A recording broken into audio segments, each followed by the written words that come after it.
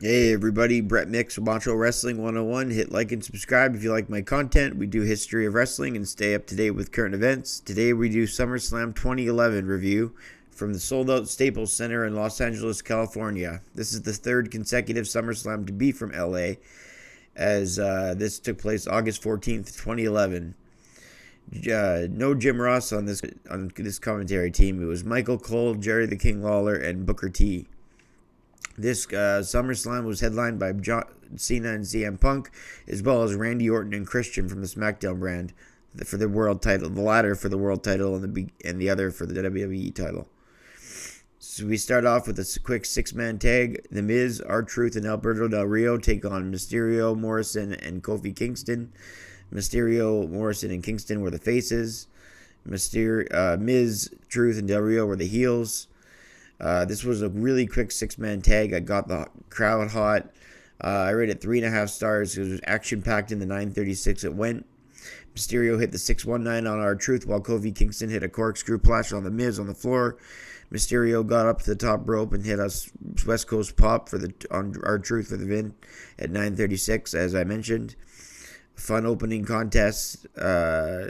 Just the kind of match you want to open up SummerSlam with.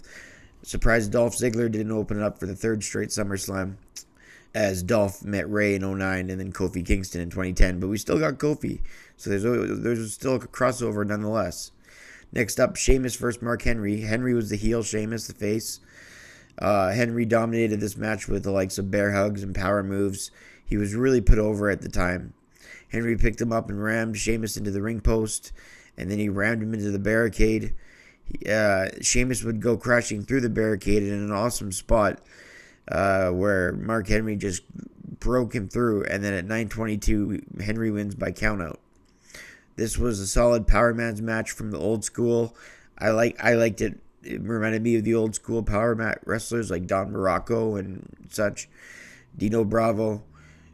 They're kind of rugged. Ronnie Garvin. They're kind of matches. So yeah, I liked it. Ray Traylor. So I rate this match 2 stars and 3/4. I like the finish, how they went out of bounds, so to speak. How they calculated that finish. It was refreshing. Then they had a bunch of commercials, and they showed celebrities. Jenny McCarthy with her family at ringside. The Divas Championship was on the line between Kelly and Beth Phoenix. I liked how competent Kelly was here. I liked how she actually learned to wrestle, and she sold really well during this match because Kelly was sold really loud because Beth Phoenix and all the Glamazon, she's gonna hit her offense hard, and she did. She rams Beth's head into the mat several times. She went for her cartwheel clothesline into the corner, but Beth Gold went for the glam slam to counter. But Kelly rolled her up for an inside cradle and got the 3 count at 6:33. So Kelly retained her title. Solid match. I'll give it 1 star and 3/4. It wasn't great or good, but it was solid. It was just decent enough to be passable to watch. So it wasn't bad by any means. Next up, we got Daniel Bryan versus Wade Barrett. This should be a good one, and it was. They went back and forth. It was a seesaw matchup where Barrett controlled the offense, and D-Bry got his kicks in there every once in a while, but Barrett beat him down with a kick. Bryan fought out of the guillotine choke. Then he turned that into a label lock. The crowd popped huge for the submissions here, but Barrett made it to the ropes. Bryan goes for Hurricane Rana, and Barrett counters with a clothesline, and Barrett hits the waistline for the win at 11:47. Cole said that the match was 50-50, and like I said, it was a seesaw match. So, yeah, the victory goes to Wade Barrett.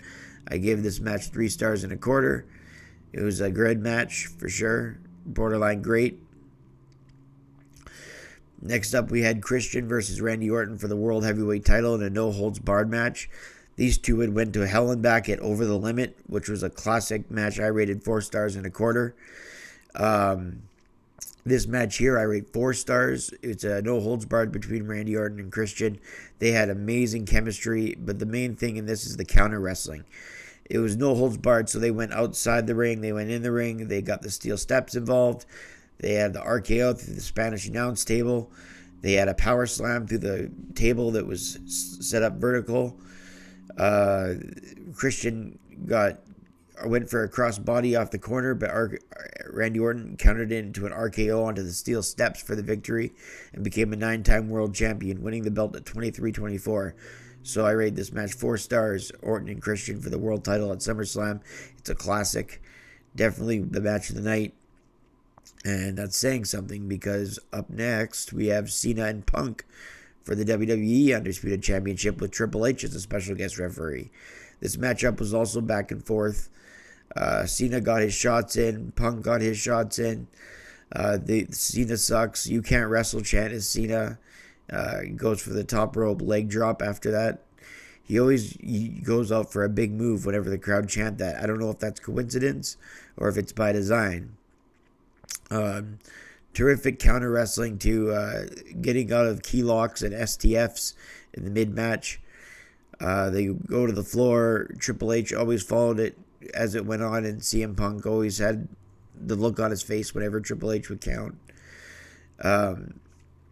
Cena goes up and misses the leg drop, as I mentioned. Punk hits the go to sleep, but he doesn't hook the leg, so Cena gets his shoulder up at 2. Punk goes to the top and does the Macho Man Randy Savage's pose like this on the top turnbuckle and hits an elbow drop for the 2 count.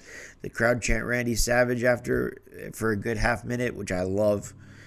Randy Savage had died just 2 or 3 months previous to this SummerSlam.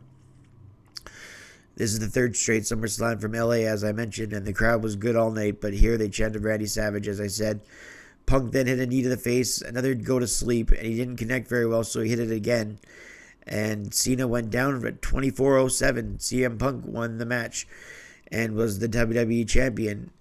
But Cena arguably put his foot on the rope, and that's what the commentators said at the time when the match was won.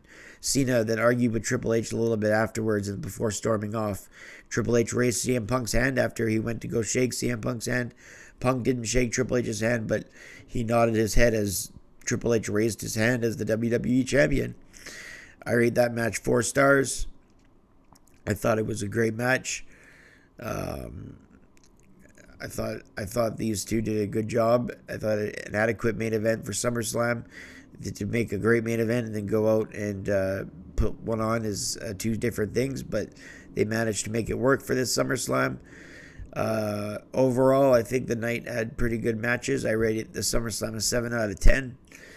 For SummerSlam 2011, the Orton match, the 2 main events really pulled through, and the undercard saw some good 2 to 3 star matches. So closer to 7.5 than 7, I'd say. Actually, I'm actually going to change my rating to 7.5, to be honest. Now that I look at the whole card, I'll give it a 7.5 out of 10. So we'll see what SummerSlam 2012 holds. Next review. Please hit like and subscribe if you like my content. I do history of wrestling every day. Plus, I stay up to date with Raws, SmackDowns, and news and notes. So, yeah, if you like my content, hit subscribe. You won't regret it, and I'll be very happy if you do so. Thank you for watching the SummerSlam review. It's been a pleasure, as always. And as I said, we're going to go all the way to 2023 for the SummerSlams. This is SummerSlam 2011, 7.5 out of 10. See you on the next one. I'm Brett Mix, and I'm out.